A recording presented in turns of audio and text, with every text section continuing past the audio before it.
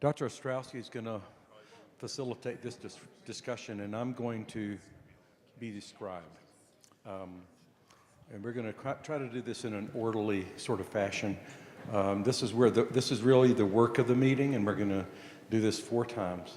We've got a panel here of people that I've asked to stay here to be here to help us with these discussions and to brainstorm, but the discussion is open to anybody.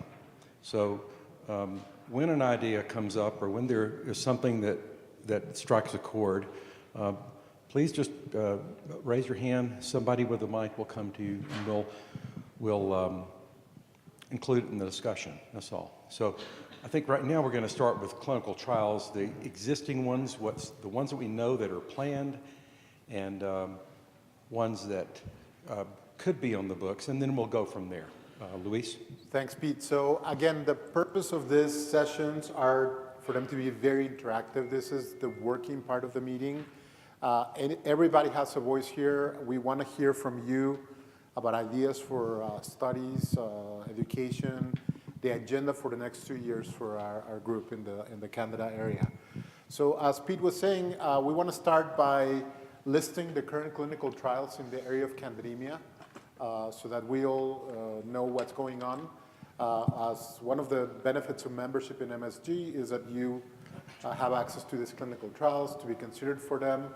And so we want to make sure that you know that they're in place. So as of now, we have from one of our sponsors, Synexus, we have an open clinical trial, which is Fury, enrolling for refractory diseases, et cetera. And they've announced yesterday that they're thinking of a phase 3 trial, so that would be in the pipeline for Synexus. Sidara, as well, is carrying on a phase 2-3 trial at this point, and they've announced yesterday as well that they're going to proceed with the phase 3, the Restore trial. So those are things immediately in their horizon. Amplex as well. We've heard that they're going to be starting a phase 2-3 trial. Something else. And then from our, do we have any other sponsors that want their trials listed for candidemia? Let me just, so the Fury trial David talked about yesterday. Amplex is a phase 2 trial that's going to enroll a smaller number of patients. Pam, 30? 20. And Amplex, you heard about yesterday, is an oral IV agent. This is APX-001. All comers, but they would love it if these were more resistant candidiasis. Sidara, this traditional phase 3 design. Many of you are involved in these. The sites here have been chosen. Most of the sites for Sidara have been chosen, and that trial's about to begin. And so the question is, are there any other existing trials that we are unaware of? Because if not, I'm going to bring up a couple of thoughts and open this for discussion. Okay. You did not have the advantage yesterday of hearing from Toyama. I'm sorry.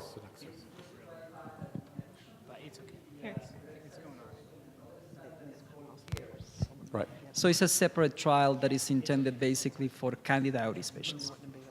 Okay. Right. And we'll hear a little bit more about that in a minute. I want to mention that you did not hear about this compound. It's called Toyama T307. This company, Toyama, based in Japan, they're actually part of Fujifilm, has had an antifungal compound. It's a mitochondrial inhibitor, fungal mitochondrial inhibitor. And to just kind of capsulize it, it's an intravenous agent. It's given twice daily. We heard about this compound, some of us, Tom Patterson, John Perfect, myself, and others in the room, 5 years ago. And at the time, it didn't seem like it added a lot because there were the echinocandins, et cetera. But now, this compound, which is active against fluconazole-resistant azole-resistant, echinocandin-resistant strains of Candida, including all the strains that they've tested for Candida auris, looks like a very, very potent agent against not only Candida, but Cryptococcus as well and Aspergillus. So Toyama has gone to NIH and tried to explore interest in developing a U01, some sort of clinical trial sponsorship through NIH, and then approached us, the MSG, to see if there is interest in pursuing this as well, keeping in mind that this is an intravenous agent. They've gone through phase 1 trials, and the phase 1 trials suggest that there's no significant toxicity that would,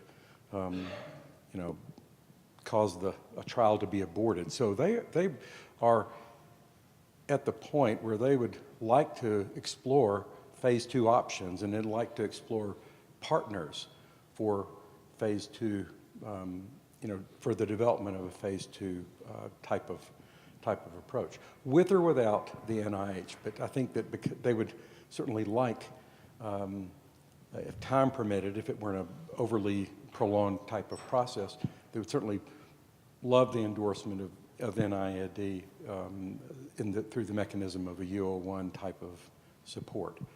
So I had suggested that I bring this up at this meeting, kind of plumb the level of interest. You can see that there are trials going on, and the details of this are the details of a trial like this, which would be phase 2, be a proposed phase 2 trial, are not clear at all. You could argue that the market is real crowded, but there again, you're talking about relatively small numbers here, a standard trial here of about 200. And so, I would argue that even in the US, this is doable, especially in terms of finding patients who are more resistant or truly refractory to therapy. So we really want to have you sponsors take this opportunity to approach investigators in the networking sessions. If you're looking for sites for your trials, and as well investigators, the sponsors are here. Please volunteer your sites for those trials. Yep. We do have one study in the diagnostics arena, which is Mycodart, which discussed yesterday. And we are doing kind of a small-scale study on Candida PCR. Okay. Are there, first, any comments on the Toyama product? Yes. I don't know whether this is the time to raise it or not, but I'm interested from whoever's doing these studies whether there's any attempt to look at correlates of outcome and whether it might be an opportunity to integrate some phenotypes or genotypes into how patients do, because Mihalis gets the question about small sample size, and I'm wondering whether the plethora of new drugs doesn't offer an opportunity to try and apply AI or big data or bigger data to how patients do. And so I'm wondering whether those are some of the endpoints that might be being looked at in these studies. We're going to get there later. Okay. No, we really are going to get there later. That's kind of the integrative approach. So one of the reasons we want to go through this first is to kind of, what are the trials out there? And then the second question is, what can we do as it relates to host immunity, diagnostics, et cetera? How can we integrate those and kind of make it into more than just a clinical trial? That's what attracts all of us, I think, to some of these things. Most of these trials are really registration trials focused on getting the drug to show what it's supposed to be showing. So we haven't really gotten much traction in getting patient samples or genetics, et cetera. But that's not to say that it can't happen in discussions with our partners. Okay. Mm-hmm. All right. The Synexus compound, SCY-078, is an oral only agent right now. And you've seen that it has broad activity against most Candida species, has some activity against crypto, and against aspergillus, and is being developed along those two lines. Now, the opportunity that exists for us as a group is David and Synexus would like help in developing a phase 3 trial. This is complicated because it's not just again, I think it's complicated primarily because of its limitation to an oral agent, which means that the trial might look like that phase 2 trial that we did that initiates IV therapy and then steps down to an oral agent. So it's challenging. It's challenging from an outcome standpoint. It's challenging from a patient selection standpoint, et cetera. But again, I think this is an opportunity. Both of these are opportunities. The 2307 and the Synexus 078 are opportunities where we, as a group, can get involved in helping to design and position these compounds as to where, how they need to be developed, trial design, sites that can help them move these drugs along, and so forth. So I think these are two opportunities that, in my view, we should embrace and help them get as far as they can, with our help. Comments about that, or any disagreement? Anybody think there are too many candidemia trials? Yes. I think yours is silent on purpose. Just kidding. Just kidding. There you go. Okay, it's on. Okay, so I guess this is for those of us that have been doing this for a couple of decades, this is like a boom time for antifungals. There were years where we were trying to figure out where to pull off an antifungal and do a study. So this is a great time. My concern is we just don't have enough centers that do candidemia studies to be able to do these studies, certainly within my COSA study group. And if you look at whoever does the candidemia studies, it's frequently the same centers over and over again. So it would be nice, maybe whoever is here for the first time or second time, see if somebody's interested in doing candidemia studies. Even though they've never done one, maybe we can evaluate that center to say, you have enough patients that you can do a candidemia study, and you could qualify, and you can actually enroll and help you do something like that. So I think it would be useful because as we get into the phase 3 studies and we start looking at, it's not the 20 or 30 or 50, it's, 100, 200, we're going to need some other folks, not only in the US, but also obviously worldwide, because if not, we're going to be hitting a bottleneck, and pharma is going to be hitting a bottleneck as far as getting their studies somewhere else, and they're not going to come to us, they're just going to go to whoever. And if they go to whoever, then, garbage in, garbage out sometimes, as has happened with other studies. So just the thought of maybe taking a different course of action from our perspective as well. I mean, this comes up every time we have this discussion, and I always ask the question, legitimately, why not India? And why not Southeast Asia?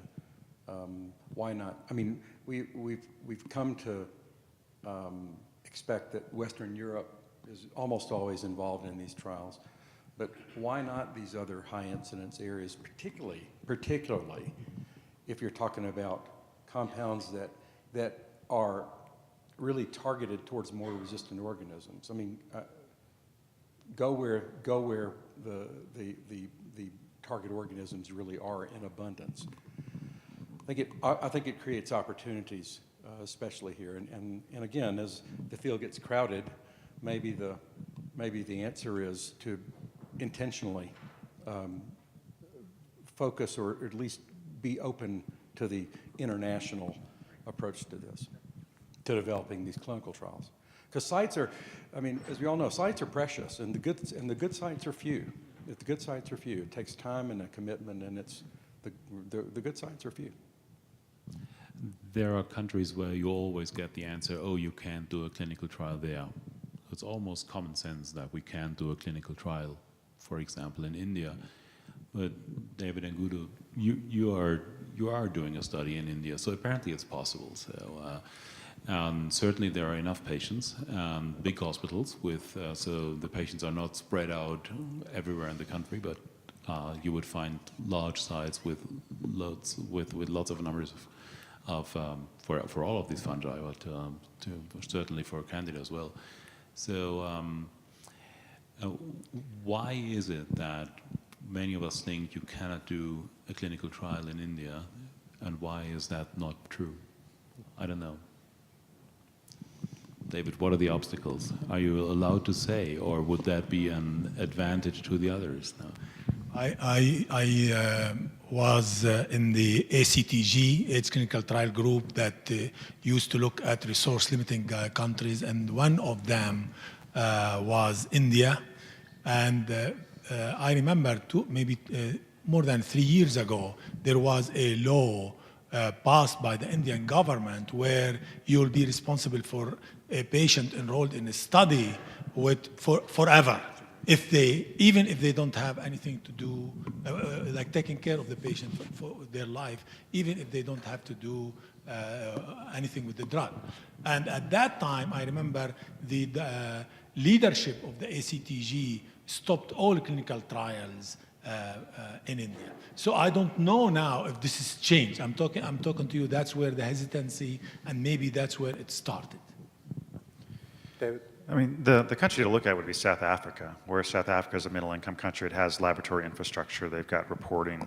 They know exactly where their candidemia is coming from, and they've clearly have done a number of TB trials, a number of cryptococcal trials, and so I think South Africa would be, a well-organized route to pursue if you're looking for additional sites. Yeah, and specifically for India, Oliver, so the challenges has been that it's certainly a country that we are a little bit less familiar with all the regulations, so we really need a lot of help from someone locally there helping us to navigate through the regulations. Surprisingly to us, the CARES study that was supposed to take about 6 months to get regulatory approval, we got it in 1 month. However, the ethics approval has taken much more time. And what Mahmoud mentions is true to some extent still. So really the institutions, they want you to bear substantial cost of the standard of care treatment, so to speak, for patients that are enrolled into your study. So it's a balance that you need to take into consideration. The standard of care is less expensive there, though. So it's a balance. It's a balance that you need to think how much are you willing to bear in regards to those extra costs that typically you will not take care in other type of centers like the United States or Europe. And it takes a little bit more of time. That's entirely true. And just, but listen, if I agree with you, if India is the right population, has the right population, the right epidemiology for the conditions that we are testing, I don't think that we should shy away to try. We should go and try. Thank you. I was wondering if Cecilia wants to comment here. She's an international CRO. So how's the environment working with other countries?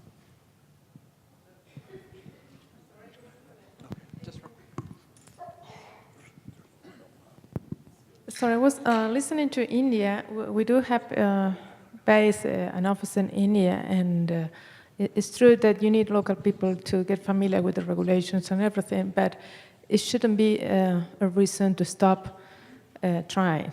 I mean, every country has different regulations. You just need people to be familiar with the local regulations, and you will get there. I don't know if I respond to your question. You were asking something else. I wanted a sort of an overreaching comment of working in different regions. What's your experience as a CRO? Eastern Europe, India, What is the difference? Latin America? All I can tell, and I'm sorry that we're in the US, is that usually the US is a low enrollment region for all kind of studies, for bacterial, for fungal, for everything. Europe, it's a much higher enroller overall for the studies, and Eastern Europe is much higher than Western Europe, with some exceptions. For example, Belgium is very good. The Netherlands are very good. But you see each region has different enrollment. South America is also good, but less trials go to South America for probably because they are not so familiar with regulations. And maybe some timelines are longer for the Ministry of Health approval, especially Brazil is longer. And Argentina is becoming less with the new regulations. We have at least some timeline that it tells you if they do not answer you, the government doesn't answer you, within 3 months, you can, request that. We didn't have that before. We just needed to wait and see. Could be 3 months to 9 months. So. Thank you. Chandra? Well, I can speak to the situation in India, because I go there frequently. There are a lot of multinational companies that are doing studies there, but they have a hard time finding reliable investigators. The quality control is always a major issue. Now, in the last few years, an ID society has been started there. It's called the Clinical ID Society of India. And they are very reliable, well-trained. They always come to ID week. And this is a group I think MSG can make contact with, and through them, perhaps we can find reliable investigators locally. Thank you. JP? Yeah, I think it's important to get other countries and stuff involved. But coming back to the thing, let's say in the United States where they do these studies in Candida, I would challenge you to try to figure out why in the world do we screen 30 patients to get one on a Candida study? I mean, our experience has been so bad to get these patients on study that the statistics around this is not, well, maybe not even credible. That's why I wait for the patients to get on and do retrospective studies to see what Main Street really happened to them. Because we are very selected in the population of patients that we end up on these Candida studies, at least in our experience.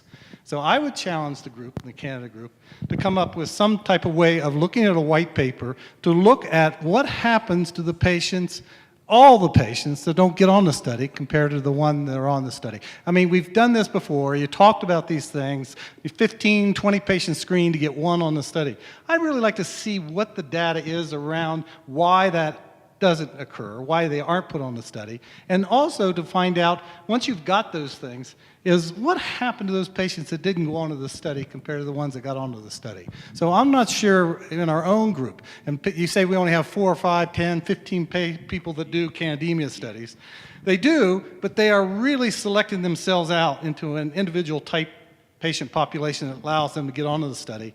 And what does that really do to the outcome of the patients? And is there a way that we can do it better now that we know exactly what each institution has? Because we're a moving target when it comes to clinical trials. The types, and other countries talking about things, I mean, we have to go through all this data on electronic issues and stuff like that to put these things in. And Candida patients are so complex.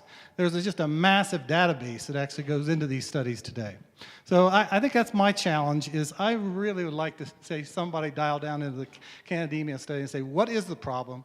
Why can't we get these patients on study? And actually, what really is the magnitude of the impact of these patients that don't go on the studies? So that would call for, I mean, can't we just analyze the screening logs of studies that have been done? I mean, that's why we do have screening logs, actually. So if a study doesn't enroll, that we find out which are the major obstacles.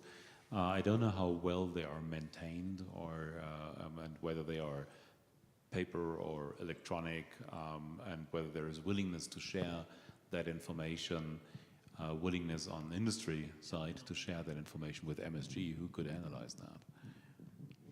Bart, yeah? We have put a lot of thought into that recently and in the past. Exclusion of Candida patients who are defined by positive blood culture, which really tells you that they are Candida patients. Exclusion is often based on the requirement of trials for clinical signs, either fever or low blood pressure. And that, I don't know whether John Rex is in the audience, probably not. He was the inventor of those clinical requirements. which of course increases the degree of illness of those patients and may change their outcomes. But candidemia is candidemia if you've got a positive blood culture. And this is the main reason why patients are not eligible. Another reason is the interval between blood culture, drawing the blood culture and actual blood culture positivity. That may or may not be important. That's mainly a discussion with the FDA, probably for registration studies, whether they accept blood cultures that have been drawn more than, let's say, 3 or 4 days earlier. The third major component is the empirical therapy. Most of the patients will have received empirical therapy in between their fever event, drawing of the blood culture sample, and blood culture positivity. So we can circumvent that with faster diagnostics, for instance, with T2, but also with lowering the amount of empirical therapy that's being given, and that's a difficult balance. So those are the three real. I would argue that we do. things. Yeah, I would say, I would emphasize what you say. We know that there are exclusion criteria, but I would say that in most respects, the FDA has hogtied us. We went to them with a request, please eliminate fever and hypotension. Everybody with candidemia gets treated. Are we going to withhold therapy from these? And their response was, no, we need to see some clinical evidence of improvement. You know, I don't know how you deal with the liver and the renal abnormalities, but as you indicated, those are relatively uncommon if you recognize that prior therapy, absence of symptoms, a blood culture that might have taken 5 days to grow as opposed to 4 days to grow, those types of things, which really kind of seem silly. They really do. And obviously the patient who's too sick, the patient who, is going to die, in your estimation, in 48 or 72 hours. Not sure what we can do about those. I'm not sure you want to put those patients in clinical trials, because ask your study nurse about the SAEs and how much fun that is when your patient dies on treatment. But there must be a way to capture these patients. I would argue also that if we're going to move this area, we have got to come to a point where we are including people who have non-culture-based diagnostics into our clinical trials. And I'm not sure what we do with them, but we've got to be able to enroll them. We're never going to get there if we don't start including them in some of our trials now. Let's go to Cecilia, Aaron, and then back to you. Just thank you. Just 2 comments. One is that I agree with what you say about one of the main issues is empirical therapy. So the studies do not allow you more than usually 48 hours of antifungal therapy. And one issue we found is that most of the sites do not enroll patients during weekends. If you get a blood culture positive on Friday, and usually nothing can be done until Monday, and Monday is already exclusion criteria to enroll the patient. And the other thing regarding what Dr. Perfect said, that it's true, this ratio, 30 screens and you enroll 1 patient. I just want to let you know the fact that this is not the same for Europe. For Europe, you may have 5, 6 patients a screen and you enroll 1. So the ratio is different. Why, I don't know, but this is a fact. Thank you. Aaron? Yeah, I just want to give you my experience from the voriconazole candidemia study, where the average was around 10 patients screened for each patient that was entered. It was an incredible effort to find those patients. And I recall the biggest issue was too much prior therapy, just to reiterate what Jan mentioned, that they received more than 48 hours of prior therapy, and they would not be included. Now, the problem with allowing more than that is that you're going to wind up getting patients whose blood cultures have already become negative by the time they go into the study. And actually, Bart-Jan and I saw that too, that even with 48 hours, some patients, when they had their blood culture done right before study entry, actually had negative blood cultures. So I think the only way around that is to use, early diagnostics, better diagnostics. I don't really see any other way around that. I think the biggest issue, though, is that where are the patients with candidemia? I think I saw from Tom Chiller's presentation today that there are around 22,000 patients with candidemia in the U.S.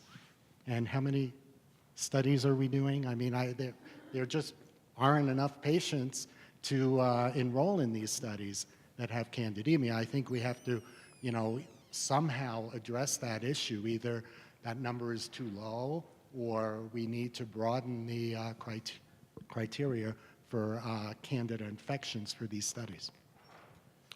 Neil, did you have a... Neil, Yeah, I was just going to say real quickly, there might be some utility in coming up with formal definitions of proven, probable, and possible infection. So, and then what becomes empiric versus treatment of a probable or possible infection.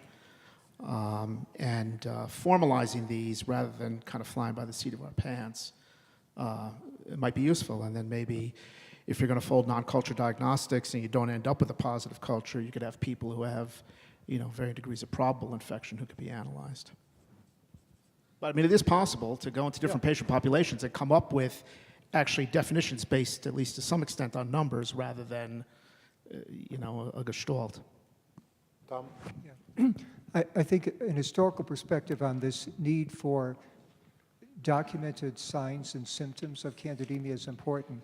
We only have to look back, and I have those stacked on my shelf now, of when we had articles and texts saying that you needed at least 2 positive blood cultures, that Candida was a colonizer, that you needed further documentation. I can remember, indeed, writing those protocols or seeing those protocols being written where the emphasis was still that we needed documentation, that this was not just colonization. And those terms had come up even in the formulation of those protocols.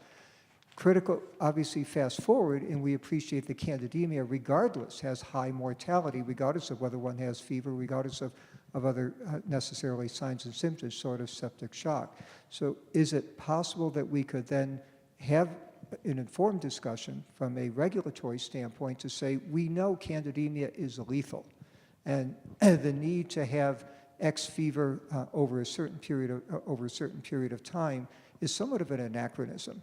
You could go to the next step and say, call it probable, but that somewhat evades the issue. Candida doesn't have endotoxin, and so looking for a bacterial equivalent is somewhat false. So moving us into the 21st century with the vast amount of information we have now might then allow us to be able to say a blood culture that was drawn, irrespective of what the fever was, irrespective of what the change in vital sign was, but at the judgment of the physician, that patient did not look well. That blood culture comes up positive. There's no reason that patient should not be enrolled in a study if they fulfill other inclusion-exclusion criteria. David? Thank you. And just more comment that something that MSG could help us a lot in regards to, are there better ways to design these studies, that they don't need that many patients? Are there better approaches from the statistical point of view? Are there better approaches from using the network that you have in order to design clever studies that can be done with fewer number of patients? And collectively, I think that you have the greatest knowledge that exists in regards to conducting these studies, statistically wise, what can be used in order to do studies in a wiser way, so that we can afford to do multiple at the same time and really to evaluate all the products that we want. Ideally, all these products will make it to the fine line, to the end line. It's possible that no. So we need to have several new compounds being tested because we don't know if all of them are going to make it. And I think that that's great. That this group is the right one to help us, the industry, thinking about better ways to develop this product that then we can justify properly in front of regulatory agencies. But that the knowledge, I think that this is the great group that has all that knowledge that can help us designing better studies. So I sense the birth of a white paper here. Yes. Where we talk about these obstacles to enrollment and inclusion and exclusion criteria. The issue of outcomes, this DOOR system is very, very popular in the bacterial world right now, and we need to start thinking about DOOR for fungal infections. So definitely this should be one of the projects that comes out of this meeting. Yes? Just following up on the need for novel diagnostics in this. I was involved in a phase 3 trial going back a few years for prophylaxis in candidemia post-gut surgery. We were the central lab performing glucan, PCR, Manan, and anti-Manan testing. Yet, when it came to the classification of disease, it was entirely done on the basis of culture. So it was very good for us because we're in a position now that we can perform evaluation of these tests. However, it ended up in a situation where you had patients that were PCR positive, beta-glucan positive, antibody positive, and Manan antigen positive, yet they were classified as cases, as controls, rather. Whereas in the clinic, we would have treated those for having invasive candidal infection. Sure. So I think this needs to be taken on board. And as Neil was saying, we need to be having up-to-date classification of proven probable disease. On another note in relation to the diagnostics, in the UK, we have a health technology assessment grant that's just been given where we're going to be assessing the performance of PCR, beta-glucan, and some of the other tests in the ICU with the idea to try and prevent the use of unnecessary antifungals. And we're aiming to try and recruit around 4,000 patients over the next 4 years, and then retrospectively apply these tests to determine the performance. And that might go some way in helping us to determine how we can get to classify proven and probable candidemia outside of the classical techniques. Yeah, thank you, Liz. What do you want to move to next? Yeah, so I think we went through the studies. Again, please take the opportunity, sponsors, to talk to the investigators, invite them to the studies. Investigators, the sponsors are here. If you're interested in one of these ongoing studies, chime in. Oliver wants to say a word. Yeah, and we do have a to-do from this first part of the session, which is a white paper related to difficulties in conducting clinical trials in candidemia and possible solutions. Oliver. Would one possible solution be a continuously, eternally ongoing study, like a worm-based study? I mean, that would be, should be in that paper too, I guess, that as one possible potential solution, so that all the patients go into a clinical trial, whoever has candidemia, regardless of whether there is a new drug being tested, and at least you would have a large comparator group, and it would certainly answer John's question that you brought up, because all these patients would be analyzable in the same database, and as soon as there is a compound, it would be relatively easy and nicely predictable, and much better than any feasibility evaluation of whatever number of sites. Relatively easy to enroll like 20 into an Amplex study or whatever the number into the Synexis study. So now that we all agree, we just need to find somebody to finance that. You're really talking about an ongoing registry that captures, that captures diagnostic and therapeutic data as well as outcome. Absolutely, yeah. So it would be the burden of documentation as if it were a randomized clinical trial. Yeah. And then you roll in these. You could even do more than one of the compounds at the same time, not in the same patient. So the concept of worm-based, so there are other words for that, of worm-based study, the concept coming originally, I guess, from cancer trials. So you're talking about a network of sites that are looking at their candidemia patients, and you either go in a study or you capture their data automatically. Yes. Yeah. Okay. Do you want to go next? So for the next part of the session, we want to really open it up and hear concepts, needs, things we want to do to try to create the agenda for the next 2 years. So here's where we're going to ask our panelists to chime in on what studies should we be doing at this point. This could be anything: diagnostic, integrative, epidemiology, taking epi, tying it into clinical trials, looking at host factors, et cetera. So, actually, I have several ideas. We have heard from Tom Chiller and from David Berlin this morning of the antifungal resistance. So the question is, at least in my experience, most of these antifungal resistance came from a patient who received a lot of prior antifungal. So the question we should have asked is, why these physicians use antifungal therapy? So, when I interview my faculty and physicians, almost the unanimous answer is that the diagnostic that we have now for candidiasis suck. So, because it's so bad that, they had to use antifungal. That's really strong. That's really strong from you. That's a Pittsburgh language. I'm going to call your mother. I'm going to call your mother and tell her. So, I think that for us to be able to make a ding on the emergence of antifungal, we have to help on the, to advance the diagnostic. When you look at the literature, Angie Caliendo wrote an article about 10 years ago about, pushing the company to do this, pushing the government to fund for this study. So what bothered me a little bit is that, now we have these technology already. Again, I don't receive any personal funding from T2. I just receive the research funding. But, T2 is out there. The test is very expensive. Not many people actually use the test. On top of that, they, just throw the test out in the community with what? With spiking blood culture and with, direct T2. I'm sorry, Neil, but, these are, to follow up with the positive blood culture.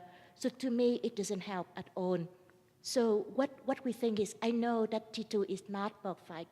Maybe as a community, we need to put in a big grant to the NIH grant to look at like empiric therapy or preemptive therapy, taking into account these kind of non-culture diagnostic to see whether, we can make a ding in the usage of antifungal and also to see whether we actually improve our patient outcome. Well, I think before you can use diagnostics rationally in a clinical trial, you have to know how they really work. And if we don't know how PCR nucleic-based assays are working in non-bloodstream disease, then you're foreclosing, half the cases out there. The other thing we absolutely have to know, I think, are kinetics in response to treatment.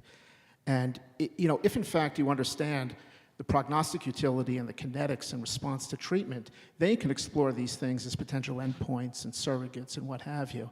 But it's very, very difficult to design a clinical trial when you fundamentally don't know what the performance characteristics in a large percentage of disease is, and also what sort of the kinetics and the prognostic implications. So, there are data coming out from individual centers, and a lot of people here are generating those data.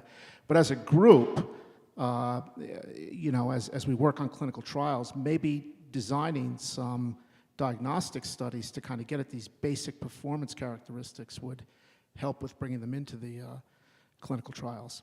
And you could say T2, but to me, whether you're talking about T2 or PCR, these are fundamentally nucleic-based amplification and detection strategies, and whether it's T2 or the people working on point-of-care PCR, I think broadly, the principles are going to be the same. Tom? With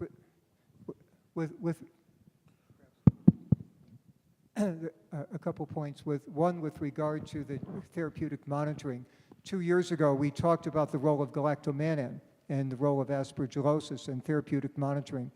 If you look at the preponderance of data, it's very strongly compelling to be used as potentially at minimum a secondary endpoint, and two DRCs that I've chaired, people have wanted that as a primary endpoint. There's no reason, given if we can quantify, I'd be very concerned about positive, negative, but if we can quantify the signal, that could also be used as a point of cure. Why is it that our durations of therapy are measured in multiples of 5, 10, and 7? Why do we design our clinical trials? Why do we not individualize patient care when we, in some patients, such as the biliary leaks and anastomotic dysfunction, we should be treating much longer, and in shorter cases of uncomplicated candidemia, perhaps 1 week is sufficient. Yeah, I mean, nucleic acid negative, blood culture negative cases could probably get treated 5 days. We know half the patients with candidemia probably don't need to treat at all because they spontaneously clear But and much don't like develop. But forgive you know, me. I think, Tom, to your point, I think the Candida community needs to look at what's been done in Aspergillus over the course of 2 decades. If you go back 2 decades, you know, Candida mortality rates are 20 to 40%, Aspergillus are 80. Aspergillus mortality rates now are way down, and Candida mortality rates are still 20 to 40%. Yeah. And what have they done? They've taken new drugs. I don't think the problem in the Candida world is the drugs. You know, I think it's how we're using the drugs. You take new drugs, you take diagnostic modalities, and you take definitions of disease entities, and you meld them together into sort of this integrated approach. And the other thing you can do with these diagnostics is you can use animal model data to understand kinetics. And that's another thing we can learn from the Aspergillus world. Yep. You know? And Candida hasn't done that. But we'd need the fortitude to be able to take it farther to the regulatory, because still, it's still this open question with galactomannan. Can we use it? And every couple of years it still comes up. So we need to be able to take that aggregate body of preclinical and clinical data, then to go to the regulatory agencies and say, and also design the proper phase 2 studies to be able to say this correlates with successful outcome, and put that in, have the fortitude to say it'll be a primary endpoint. You know what's a real challenge in this field is hematology oncology, medical doctors control the Aspergillus high-risk population. And the people who control the candidemia, and even more so the non-bloodstream candidiasis, are critical care, transplant surgeons, we're consultants. We see fewer than half the candidemia cases at the University of Pittsburgh on straight consults. And we see a fraction of the non-bloodstream infections unless you look for them. And that's a real challenge for this group in designing clinical trials. Let me say a word. Let me say a word for a minute, and then Mahmoud, and then Todd. Two kudos, really. One to Amplex for the first time, a company at our suggestion has taken the suggestion, and they're actually incorporating the T2 into their, and not in just a diagnostic way, but in a serial. What is the performance of this assay over time? So thank goodness somebody's agreed to do that. And we're going to actually be able to follow the dynamics of the T2 assay in candidemic patients who are put on a study. Sidera has also incorporated that into at least the entry criteria, and the FDA has not allowed them to use those patients if they never become blood culture positive. So therein lies the problem. We've got patients that a company is enrolling in good faith on a positive T2, but they can't use them other than safety if they don't have a positive blood culture. Mahmoud? So as if your life is not complicated enough, so I decided to make it more complex.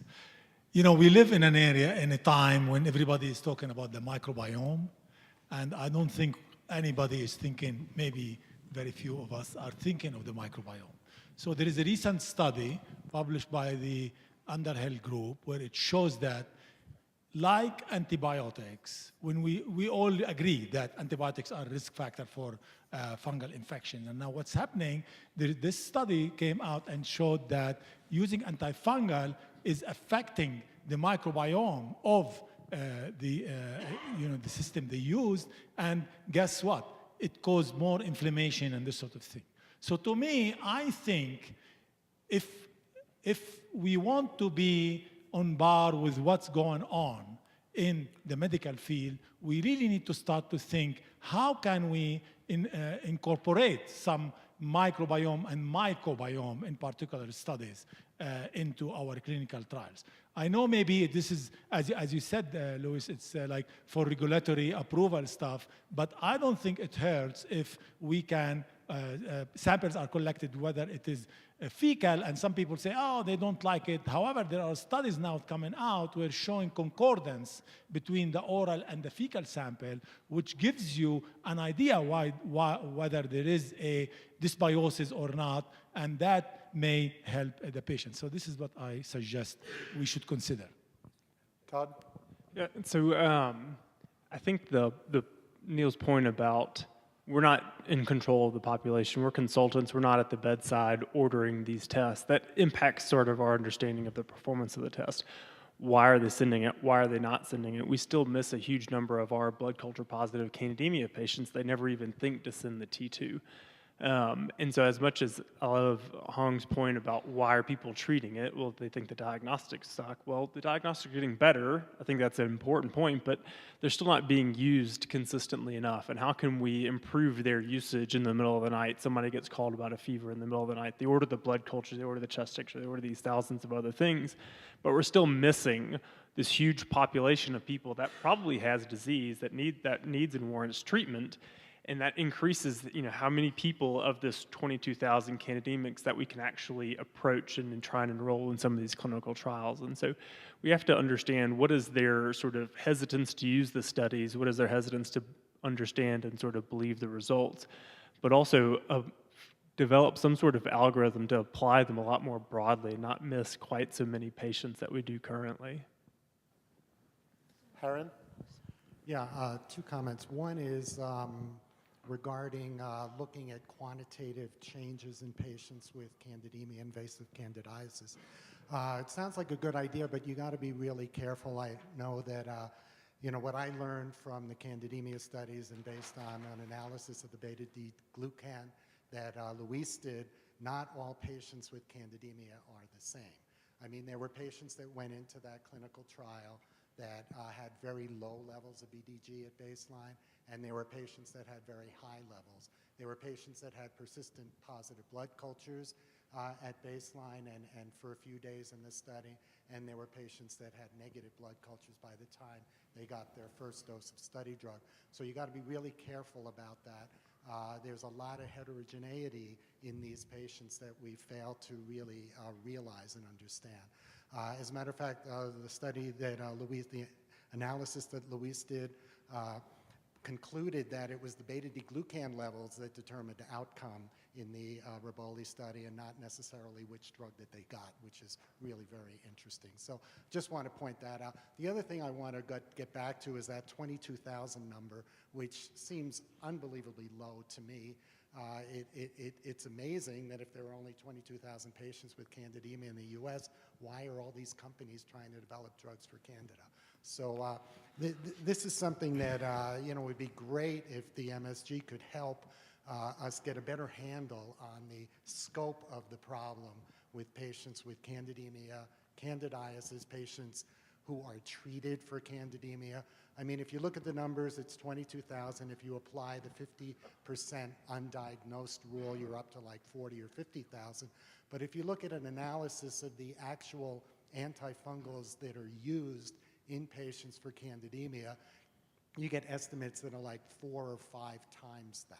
So this is just something, if the MSG is interested in helping sponsors pull together the epi data to get a more consistent and more reliable number, scope of the problem in terms of candidemia. So let's go back to Todd. I totally agree with what Todd just said. I think, incorporating T2 result that was sent by the physician to the clinical trial is good, but I don't think it's good enough. We need to find out how these tests actually, what is the best time or situation that we use the test. And based on the current literature, I don't think we know that. I think we need to be able to do that, to be able to go to the next step. And somebody mentioned about a lot of headache about this test. I can tell you T2 Candida already gave us headache. The technology moved too fast that the government can handle. So as of January of 2018, NHSN mentioned in their protocol is that any T2 Candida test that was done in the blood that was positive is counted as a CLABSI, which is a central line associated candidemia. So, they compare apple and apple, and people who use the test, our rate for CLABSI is much higher. And, our CMS, we won't get financially punished. So I think I talked to the CDC twice, and I told them, if they don't do anything, I'm going to go to the MSG and, they wouldn't hear from the MSG because I don't think it's fair to count T2 Candida as a CLABSI. Can I add a comment and maybe ask a question to Brendan. Well, first of all, Brendan, how confident are you in that 23,000? That does seem really low because, I mean, I think the number we've worked with kind of internally has been maybe closer to 100,000. And Pete, can I chime in? On the same slide, there were 60,000 staph bacteremia, which seems even lower. Yeah, yeah. I didn't notice that. But anyway, because honestly, that's a number that we would argue underestimates the total. I'm talking about candidemia, not invasive candidiasis. And secondly, related to that, I've suspected for a long time, in fact, I know it's true in many places, probably especially ours, that fewer blood cultures are being done simply as a game. And because people have tied reimbursement to CLABSIs, et cetera. And so, I really don't believe that we're seeing that our patients are experiencing much less candidemia as maybe our numbers suggest. And I think we're seeing a lot fewer blood cultures done at times when they would have been done in the past. So could you kind of address those two questions, especially the first one? How confident are you on those numbers? Are you willing to stand by those? Because y'all are going to be... So any burden estimate is always going to have its limitations.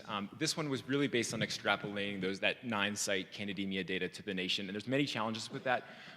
One of which is it's based on 9, and they're metro areas by and large. They're not like the population as a whole. And there's a remarkable difference. Like Oregon, the Portland, Oregon area has like remarkably little candidemia, and we don't have really. We have like one county, I think, in California. It's a very sort of specific population. So I don't think we can it's not necessarily generalizable, but so I think it's at least one stab at it. So, anecdotally, I can say that there's a group in the DHQP, the Healthcare Associated Infections group at CDC, that's using some EMR-based databases that are actually not just using codes, but are actually looking at cultures. And supposedly they're coming up with a number that actually is very much in line with that, which I was sort of surprised by, because our number that we had kind of been looking at before was at least double that before. So would I absolutely say that is the absolute truth? No, I certainly wouldn't say that, but there are a couple data sources that are pointing in that direction. The second is about this whole blood culture issue. I know there's a saying in business, and of course I'm in government, so I don't go in that angle, but what gets measured gets done. And I think the corollary to that is what gets measured gets gamed. So I don't really, I don't know. I mean, I know you brought that up last MSG. We brought it up with a number of people. I think the NHSN people have been sort of skeptical that that's as big of a problem, but I don't really know. What was the other thing I was going to mention? Oh, so I'm glad you brought up that. I didn't know that they were actually doing that for NHSN and T2. So we'll bring that up. T2 counts as a CLABSI. All right, we'll discuss that with them. Yeah, more we happy to talk broadly, more any about that. nucleic acid test counts. But if you don't speciate, so first of all, it has to be, it can't be, it has to be serum, can't be plasma, I think is the way it goes. And you have to come up with a species. So a beta-glucan doesn't count, or a germ-2 antibody wouldn't count. But a PCR or T2 that gives you a species does count. So it's inconsistent with how they're applying the CLABSI definition. Yeah, so that's a ship that has sailed, unfortunately, because they did put it in the surveillance manual that non-culture diagnostics are real, right? They exist. So I think there's very little sort of lobbying we can do about that. But you bring a really good point, which is that hospitals are going to be more cutting edge and more aggressive about diagnosing Candida and treating it, are going to get penalized, and that's going to be a disincentive to bring in this technology. So you can use it to count against you for infection control purposes, but you can't use it to enroll in a clinical study. Where's the consistency? Where's the consistency in that? The right hand doesn't talk to the left hand, right? Okay. So more ideas about things we should be doing? So I mean, I think the idea of can some of these tests sort of better understand the non-candidemic invasive candidiasis? So is there some way to design some sort of an observational study and using these tests to see what is the burden of intra-abdominal invasive candidiasis and what is the performance of this. I think that might be a little bit easier population to tackle rather than the bloodstream infections, just because it's going to be a little bit more consistent. You don't have to worry quite as much about the timing of the ordering of the tests. It's a little bit more persistent of an infection. So if you went to high-risk surgical intensive care units and you embedded an ID guy and you identified anyone with your predefined definitions of complicated upper GI tract surgery, anastomotic leaks, the high biliary leaks, the highest risk group, then you could define individual units at individual institutions who wanted to put that work in, culture positivity rates and non-culture diagnostic population rates. And you could define really narrow populations there. But the problem is you'd either have to get a surgeon or critical care guy who's following that and in the unit every day and is basically on rounds identifying those patients, or you'd have to have an ID guy do it or an ID team do it out of their own volition. The difference is in this population, you can't just wait for a cultural result and then go back and find the patient. You've got to be there proactively identifying and testing them. And you can't hand the unit team a list of definitions and say, please do this for me, because they won't. Right? The reason, like the T2 thing with Hong's program at Pitt has actually kind of worked is because Ryan Shields and Hong every single day proactively are identifying the patients to test and interpreting results. So that's the blunt reality. Maybe MSG could get 6 people at 6 centers that have these well-defined high-risk populations who, as an academic exercise, would be willing to get fellows involved and put the work in. But your critical care, transplant, surgical colleagues aren't really going to be of help. And you're probably going to have to, foot the cost and time yourself to get the data. Let me ask, can I ask Mihalis to opine how people that have been involved in clinical trials and some of the challenges that we see. So you can see the challenges that exist among our group. Not just how do you design a clinical trial, but how do you diagnose and define candidemia, et cetera. How can a group like this best interact with someone who is looking at host factors? I would imagine that you don't need lots and lots of patients, but at the same time, most of the data that come out that you referred to, yours, John Perfect's data, Bart Jan's data, that's 1 or 2 centers usually, and not a broad population type of thing. So I've always been interested. So the answer to how many patients is in these studies usually the more the better. So if you had 300 patients to do genetics, it's better than having 200, it's better than having 50. Now, what I would suggest is, because we have a center like Duke and we have a PI like John who's really coordinated in a place like Duke, I think it would be timely to start a discussion by which we get John's guidance of what regulatory, logistical, actual endeavors were necessary in order for him to be able over the years to have enrolled 400 or 500 patients for whom he does have a biobank of specimens that are for research.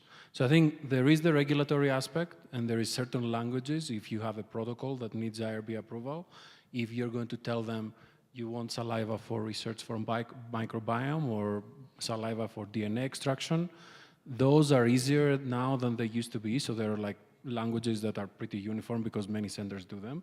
So I don't see that being a major issue. So the consent that somebody would sign in order to just receive a drug in a clinical trial versus receive the drug but also give saliva or blood for research is different. So I think that part can be streamlined. The second part relates to how in Duke, as an example of a center that did it really, how logistically do you need 3 more people? Do you need nurse practitioners running around every day? Do you need 15 freezers? So I think if we start by the experience that has already worked, and I don't want to offer our opinion because at NIH it's a research center, so we are geared for those things, so they wouldn't necessarily be extrapolatable. But I think there are ways to start a discussion. So then every year, how many patients do we enroll as MSG in candidemia trials? How many? What's that number, ballpark? Let's say 50. I don't know. Yeah.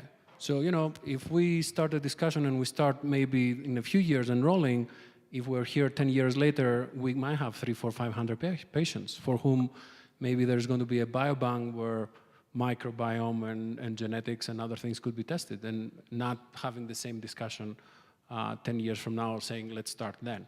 This is not easy, but that's why I think having a center and an investigator like John that has actually accomplished this, I would just ask him to take a microphone and really tell us how he did it. Because we should just do what he did with the experiences tailored so that we do it easier or better if that is even possible. Before you answer that, think in terms of, are these the patients that you enroll into the biobank, are they already enrolled into a clinical trial, or are they just a patient with the disease? Okay, so I think one of the things that the CDC never does a good job on, they got all the statistics, but once you start getting into DNA, they tend to jump out and say, we don't going to do that. So it's a dirty business that you got to get down and actually get these patients, get the informed consents. And so Pete, to your question, actually did it on a K23 award by Melissa Johnson. And this is what she did every day out there trying to find those patients, and then going into the rooms and actually getting the informed consent and getting the bloods. It takes blood, sweat, and tears to do this type of stuff. It doesn't come all of a sudden, particularly when you're in DNA type areas where you got to get the informed consents. That said, I think we're missing a big, big opportunity if we don't have people doing that. We did it once. We've got a big group, but I would encourage more people to potentially be able to do this. But you're going to have somebody. You're going to have some dedication to actually get that data. It just doesn't come to you that easily. John, would it make sense that we work for designing a document that is simple of what is needed for that, so that we can come back to the MSG to say, now, there's one thing to say you want to screen them genetically early on so you intervene. I think we are far from that at this juncture. But if somebody is in an ICU enrolled in a protocol, you could get saliva or blood for DNA even after they've been, it doesn't have to happen the morning of. It can happen 5 days later because their DNA is going to still be the same. So maybe we should start working on maybe tabulating 2-3 steps and see where the major roadblocks would be so that maybe we can overcome them. I actually agree completely, and I think you're coming from an NIH background where you're doing a lot of clinical research, and some of your protocols and some of your things to get informed consent from places are very focused and very easy to actually do. Correct. And so I think having a group get together to figure out what it takes, the minimal amount it takes to get the informed consent, both on specimens prospectively or actually stuff that's still in the laboratory and stuff like that, because that DNA is not going to change. Can I ask you a question? In your experience through the years, have you noticed that patients who are enrolled in clinical trials, if you tell them, can I have a little bit of extra blood to do storage for potential research later on, does this drop their enthusiasm or their rate of, oh, sorry, I'm not going to enroll in that trial, or you know what I'm trying to ask? Again, coming from a place where people come for clinical research, we always have, sure, no problem, but I just wanted to get a sense if having an informed consent that didn't only have enrollment in a trial, but rather we'll take a little bit of saliva and maybe some blood for research purposes, and we justify why that is. Would that drop enrollment level down to 30%? Because that would be detrimental, obviously, and that would be a different discussion. It's variable, and it depends. And I think you ought to be at the bedside, and you can get all kinds of answers there. We're going to go to Tom Chen and then Tom Walsh.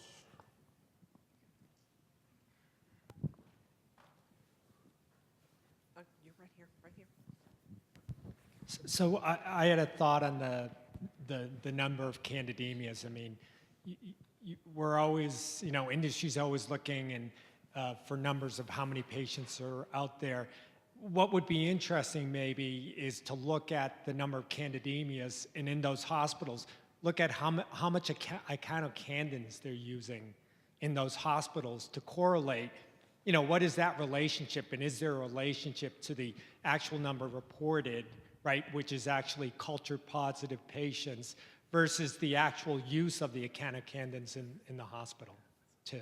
Just be an interesting thing to look at. Tom. I'd say in general, Tom, documenting candidemia is not driving echinocandin or antifungal use at the University of Pittsburgh. Documented disease is not your driver. And that's probably why maybe you see fewer infections. Amplifying on the discussion of Mihalis and John, we, over the last easily decade, we've incorporated pharmacogenomics into all of our phase 1, phase 2 clinical trials. We've done that in two ways. We specify the genes that we'll be examining with a little clause that simply says that we have additionally the opportunity to look at other subsequent genes. We've taken that clause and that small phrase has been either in the protocol or we have a separate sheet depending upon the IRB's preference and have a separate sheet, separate consent that is parallel. We have not seen any dissuasion whatsoever. As you approach the patient, you simply say that will help us further understand. And if it's host defense, and sometimes we've tied that in for innate host defense molecules, there's just been acceptance. As long as it's presented properly at the bedside, we've not seen a problem with that. And certainly in 2018, protocols going forward, de rigueur, pharmacogenomics, innate host defense molecules at minimum, because often IRB wants you to specify what you're looking for if it's in human DNA. And then certainly you should have the clause for other subsequent studies. So what I'm hearing here is that we do need, if we want to proceed in this area, the funding mechanism is really going to be an NIH type grant where we are purposely collecting samples and that's funded activity and can be a tag-along to multiple other studies that we're conducting. So an excellent opportunity for a young investigator who wants to make a career out of this, using the network of MSG, this is it. Let me ask Luis, Mihalis. if I could, just to help a bit further, there is a good news and then a caveat. The good news is that previously, and we don't want to commit Tom Chiller's resources, but Tom has previously offered to have the good resources of CDC to freeze long-term those specimens. The NIH has made it very clear that they will support banking, such as in Aztec, but once the protocol is over, you're on your own. And it's policy, certainly from DMID, that I'm not sure about NCI, because there are some long-term programs that are being actively funded through P50 grants, but at least the DMID has a policy that once you have that reserve, you need, and the grant is over, you need to then find your own sources to fund it and to archive it and to access it. Let me ask Mihalis one other question. And this is more of an expense type of question, but all of these studies require controls, of course. So are the controls coming from a large bank of controls that you already have? I mean, we're talking about thousands of controls. And are you using those for your controls, or at the same time that we're consenting people in the ICU with candidemia, do we need to be consenting their neighbor for the same purpose, or can we rely on your controls? So ideally the latter. So, you know, the way, again, Duke did it was enrolling ICU patients who had candidemia, but also ICU patients who did not have candidemia. And careful choice of control is of utmost importance for these studies. You know, you can use healthy donors, and people have done that. That's not ideal. The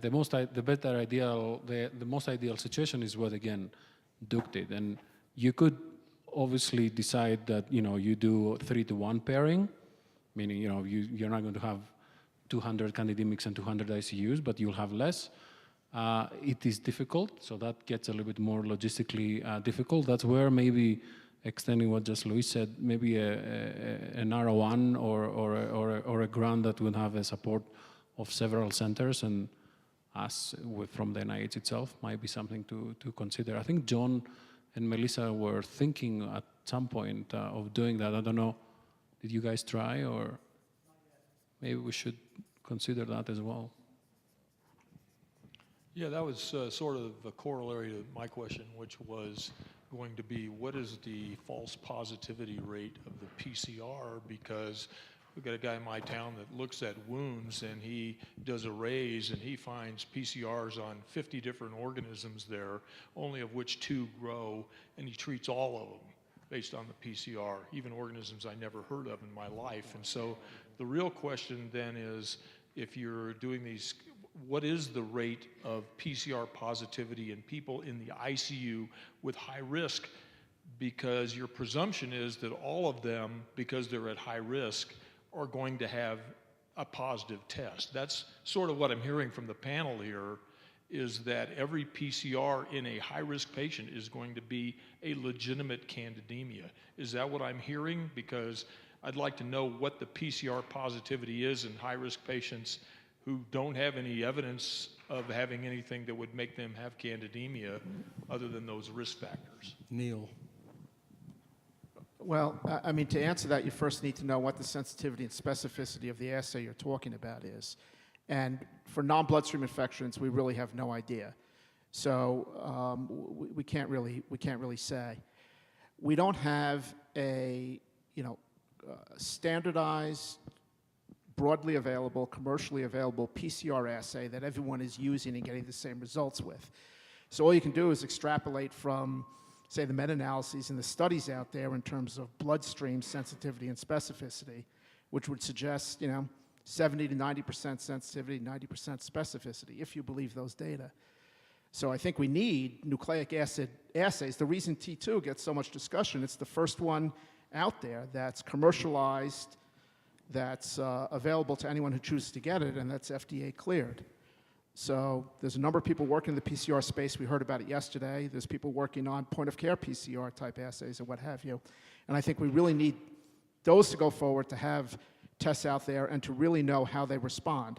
I would say, though, as a clinician, and right, what are you taught in school? You should not be ordering a test if you don't know how you're going to interpret the result while you're ordering it. So you should never get a call about how to interpret a syphilis test. You should never get a call about how to interpret a PCR assay. That discussion should happen before you order the test.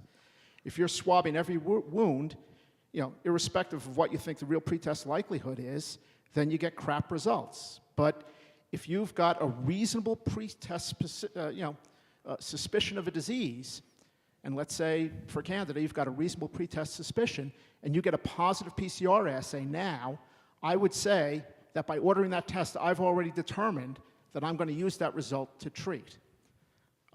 So if you go to me, I would say, quite honestly, if you're in septic shock, broad-spectrum antibiotics, no alternative etiology, and you're in the ICU for 3 days, personally, I would believe nucleic acid amplification tests that I had at least internally validated at my center.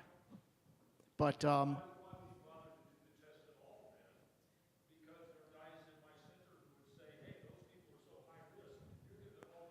well, but they're 3 to 5% high risk, and that's a unit that empirically we're using a ton of echinocandins. So I'm using as much as anything to come back to clinicians and say, this is a patient you don't really need to use the echinocandin in. And then what I can offer them are people who I do think they can use the drug, and then I'm not going to bitch and moan about them using the drug. So, but you've got to understand your units. You've got to understand pretest likelihood and prevalence in your units, and then you have to direct the testing toward those specific situations, and then you've got to have the intervention and interpretive arm on the other end to actually use the data and make the decisions. And you've got to work with your clinicians. You can't come in and say, hey, read my JCM paper, this is how we're going to do it. They'll say, well, I tried to call you Friday night at 11 o'clock and I got the fellow. So you've got to be part of the team doing it. All those things have to come together. BJ? Are we going back to house defense for a second? No. You can go anywhere. You can go anywhere you want to. You can go anywhere you want to. Just in addition to what was said about the control populations, your question. Usually for genome-wide association studies, you need 10,000 or 100,000 patients, like has been done in cancer studies, and we don't have that many. So it's a challenge to do this for rare diseases such as candidiasis, and we've achieved that by a multiple-step approach. First of all, using those ICU non-candidemia controls, because any risk factor you find should be a risk factor specific for candidemia and not for being prone to ICU admission for sepsis or whatever. So that's the first step. And then you need your population controls, your 1,000 or 10,000 general population controls. And then you need to test these the factors you isolate in a physiological manner. So you have to, the three factors that Mihalis showed that were identified were to be confirmed as being part of the anti-Candida host defense pathway, so that it's not just a coincidental hit. And with this multiple step approach, you can really do these kind of advanced studies in small populations such as those with candidemia. Now, if we talk about host defense and host-directed therapy, I think the next step would be to really go to individual host-directed therapy, whether it's dedicated prophylaxis in patients that are at increased risk, or early empirical therapy only in those with these risk factors, or a prolonged treatment for those with risk factors versus shorter treatment for those who haven't those factors. That's really the step that we should move towards. We have identified now a number of risk factors that increase the chance of acquiring candidemia in the ICU like 20-fold. So if we could use those tests at the bedside, we could really decide who should get prophylaxis and who shouldn't, or who should get empirical therapy when septic and who should not. The next step is that we also identified, or started to identify, determinants for prolonged candidemia, for persistent candidemia. So then you could decide whether you should give patients prolonged treatment or not, or step down to an azole or not, depending on those host defense factors that really generate a 10 or 20-fold chance of having a persistent candidemia. So this is the moment that we should think about differentiating our patients based on those risk factors. I wouldn't have known about either of these things had we not written this paper for Nature together. And so I learned a great deal during that time. And so it really begs the question then, if you, with your tools, can identify a group of patients who have a, as the paper stated, 20-fold risk higher of developing invasive candidiasis, which doesn't exclude the other group, but it makes it exceedingly rare in that other group. Why aren't you screening those individuals and just simply targeting your prophylaxis to that group? Or do they, I mean, what are you doing with that information? And how can we incorporate it into what we're doing? Because, you know, the knowledge is, I mean, the data are there. The data are there. And you combine the work that you guys have done, it really suggests that there is a group that's identifiable. And the question is, how easily identifiable is it? Are these assays just too darn difficult to do? They're not commercialized, obviously, et cetera, et cetera. But they are non-commercial. They are very difficult. They require a lot of time and a lot of money. So we're not ready to do that yet. Do they need to be do they need to be validated? Are these assays that need to be? Are these the type of studies that need to be validated in another population? Would be to do this like a vaccine, a dedicated vaccine study in patients who will be at risk for candidemia. For instance, those who will undergo thoracic surgery, you know them in advance. You will have time to assess their host defense mechanisms, and then when they come into the unit after surgery, you will know whether they may require increased awareness, increased prophylaxis, or empirical therapy. So that would be a trial to design as a next step, to try to identify patients in whom you have time to do these experimental assays. I would completely agree with what Barjan said. And I think the roadmap that we were just discussing, this is a much more complex study to do. Meaning we first need to figure out a logistically easy way that we can consent and get DNA from a patient to even store.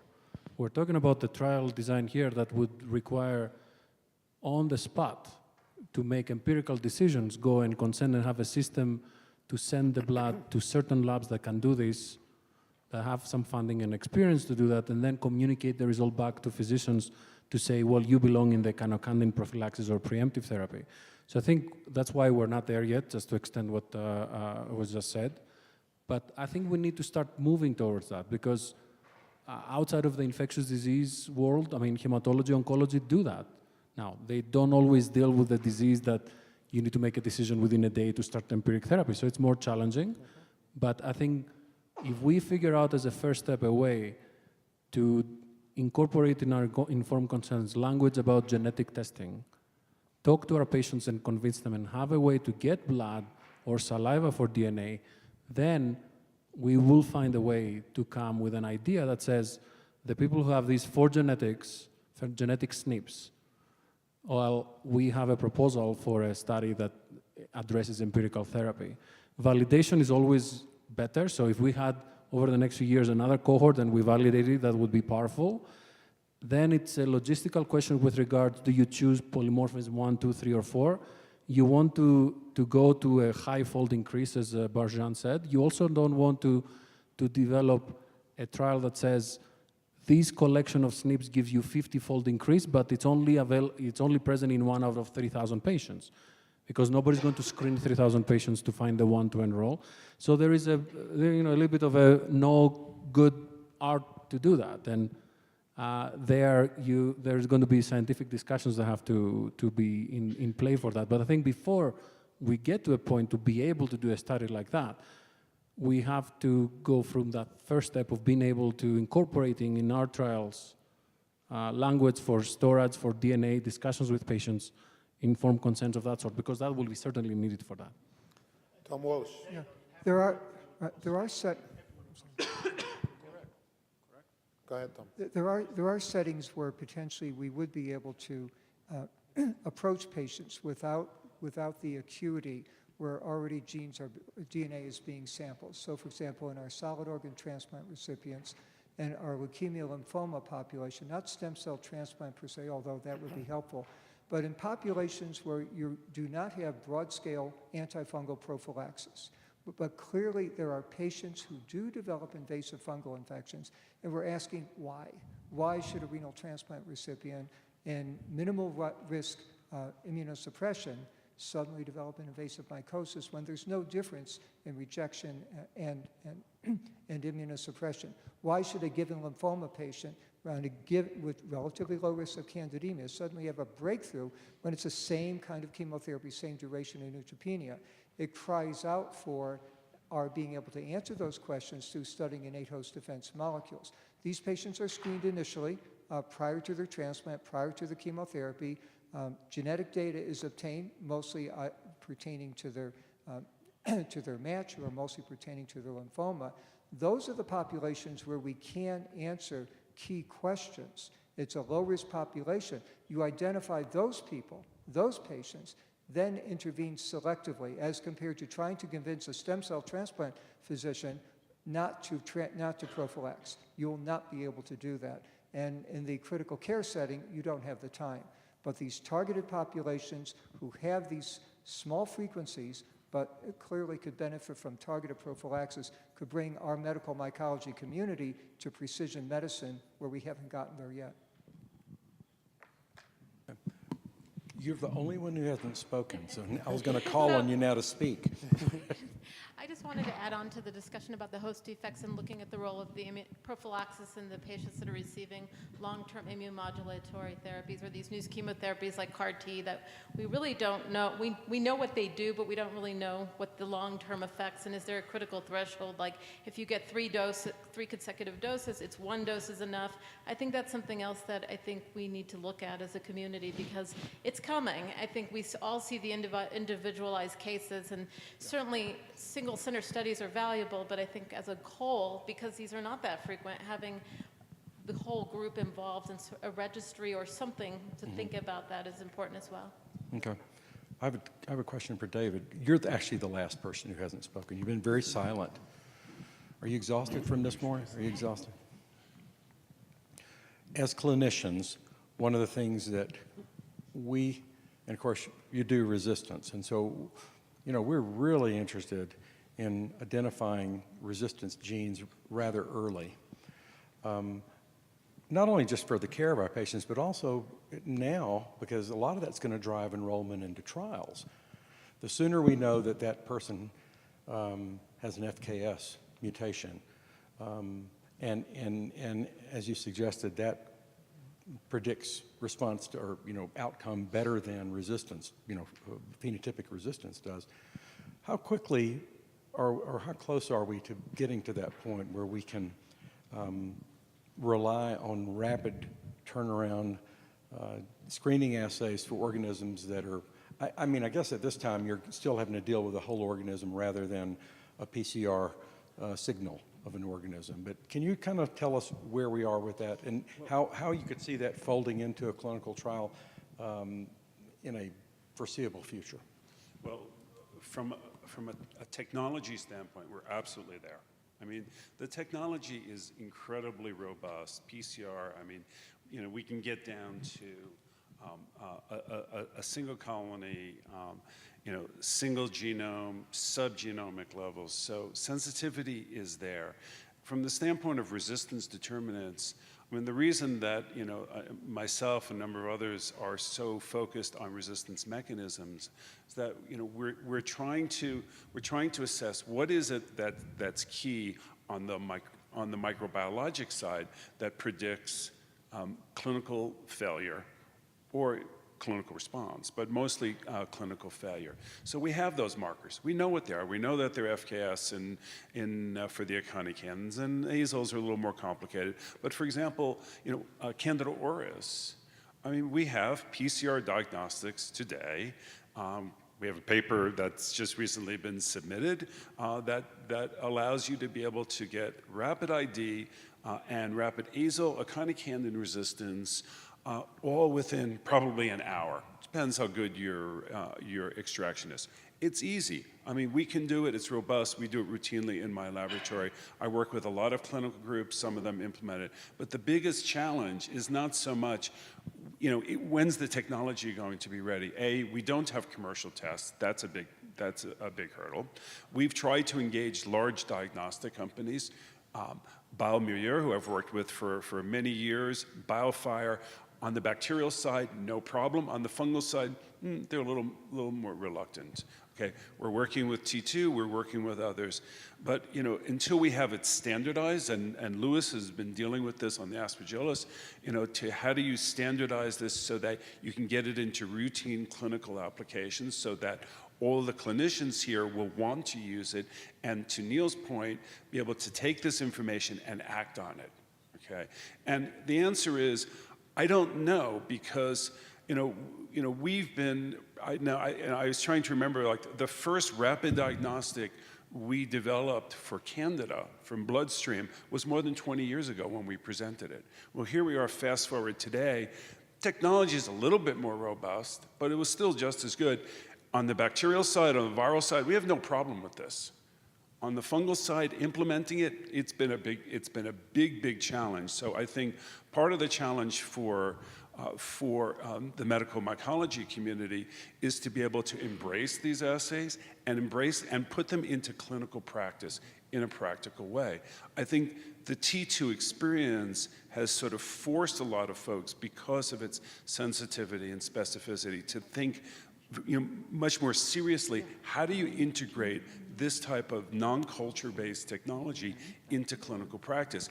And I think, Pete, that's what you're getting at in clinical trials. I mean, we've been involved in a number of clinical trials, but it's always oh, well, can you just tell us, you know, is there an FKS mutation? Is there azole resistance? And we can do that, but we can do this much more proactively, prospectively, and, you know, I think the real value of this is changing therapy. You know, when do you have to change therapy? How quickly can we detect it?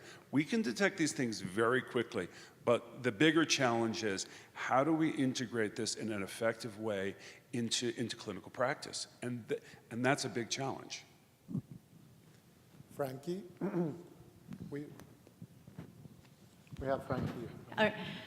I'm going to totally switch gears. I actually wanted to, go back and reiterate the concerns about following patients who are on these various immune-suppressing regimens. And in this past month, I've met the IL-17 psoriasis, years worth of esophageal candidiasis patient, and the Enbrel Candida glabrata vaginitis patient. And there's very little out there about how to practically manage these folks.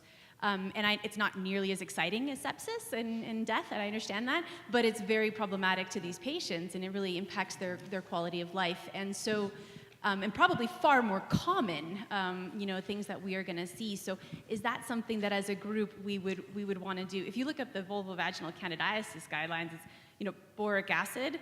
I've never written for boric acid. It makes me nervous. I can't. You can get it on Amazon, it turns out. Boric acid suppositories, that makes me nervous. And so, probably there needs to be a little bit more investigation onto those things. And, these patients who are going to require immunosuppressing regimens of different types, and you can't really switch them, how do we manage them? Do they need intermittent suppression? Do they need chronic? I don't know. The second thing that I just wanted to ask the group about is going back to the comment that was made earlier about companies marketing themselves directly to clinicians and doing these multiplexed molecular assays for pathogens. There are a number of companies out there right now on the market, and they go straight to wound care physicians, they go straight to surgeons, and they are doing combination PCR, plus next-gen sequencing, and identifying ridiculous numbers of organisms, and even providing quote-unquote treatment recommendations, and these are dangerous. And I wondered, as a group, is this something that we would want to somehow address and try to educate people that, hey, we don't actually know what it means when this random mold gets identified in the urine of your otherwise totally healthy patient? So, thank you. Tom? Wait a minute, hold on. We need to respond to Frankie. So, I think you're talking about two things. One is what to do with a group of individuals who are developing non-life-threatening infections as a consequence of their biologic. Are you suggesting a registry? I sure am. Okay. All right, we'll put that on our list. Because I think we all acknowledge that those patients are pretty darn common and we don't know what to do with them. The second piece of that really is, I don't know, let me ask our diagnostic gurus. Neil, what do you think of, what do you do with about diagnostic information that's being marketed directly to physicians? Maybe not FDA, most of it's not FDA approved, but being used to direct care. Yeah, actually, we were, Oliver and I were just talking about this. If you Google Candida, none of the discussion that we've had up here shows up on the first 1,000 Google hits, right? It's these issues, it's these crazy diagnostics. My sister has sent her stool off to find good yeast and bad yeast in her stool, and she gets dietary recommendations about it. So, there's an autism literature out there, chronic fatigue, all this stuff. So I think all you can do on a case-by-case basis is just try to explain really what the data show and what they real and what they mean, and also try to explain the danger of actually using this stuff. But it's a tough battle because a lot of people who have gone down this avenue are disinclined to believe you. It's fake news from the medical establishment who's denying the care of their autistic child. It's a real battle. So all you can do, I think, is fight the good fight. I have no answer to that. Oliver asked me what I do with a lot of these emails, and quite frankly, a lot of them I don't respond to. That's what I do with it, which probably isn't the best way to do it either. But we're the tip of the iceberg, I think, in the real world. 90% what goes on is all this crazy alternative stuff, definitely. Before we close, and we're coming rather close to it, I wanted to just open up a couple points about Candida auris and try to put that on our agenda as well. CDC is doing a wonderful, magnificent job in tracking, characterizing this outbreak, and which is only going to be more relentless. The point that Tom brought up, that it's somewhat reminiscent of bacterial, at least in the United States, it appears to be showing the pattern of KPC, starting in New York in the greater metropolitan area and then starting to spread. Just as it has disseminated to more than 20, or expanded into 20 countries worldwide, we're going to see it expand further into other states. Illinois was relatively infrequent, and now it's also being hit. We've set up a model. We've conferred with Tom and Pete, as well as the New York City Department of Health, New York State Department of Health, that has 4 components to it, each one of which might be very helpful and are trying to take on the challenge. We call it NYC CARES. That the CARES is Candida auris Research Initiative. Number 1 is fostering a stronger epidemiologic database, one that is highly granular, that will guide clinical care, that will help approach diagnosis and the long-term management, because many of these infections go on very persistently. The colonization is yet another daunting problem. The second is environmental control. We're using and exploring an investigational second-generation ultraviolet system. It's much like trying to contain an Acinetobacter outbreak in your center. If you can't control the environment, you will not control the Acinetobacter getting in. That may be on the mission of MSG, but it is an important component. The third, which may redound well, is what we call regional diagnosis.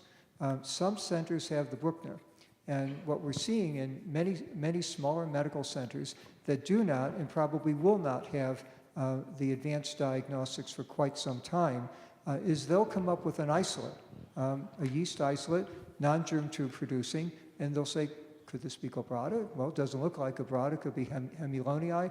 Could it be auris? We have we're establishing this network where they just send it over by courier within the same day. We put it on the Bruckner, which gives us a rapid diagnosis. It's FDA approved for that, as well as New York State Department of Health approved. And within less than 24 hours, you'll have the information. Many centers have the Bruckner system throughout the United States, and that would allow one then to be able to recognize early. And the fourth component we need to be thinking carefully is how to target this pathogen. We have several new antifungal agents, and there's going to be a crying need for new therapeutics, both for intervention as well as for decolonization.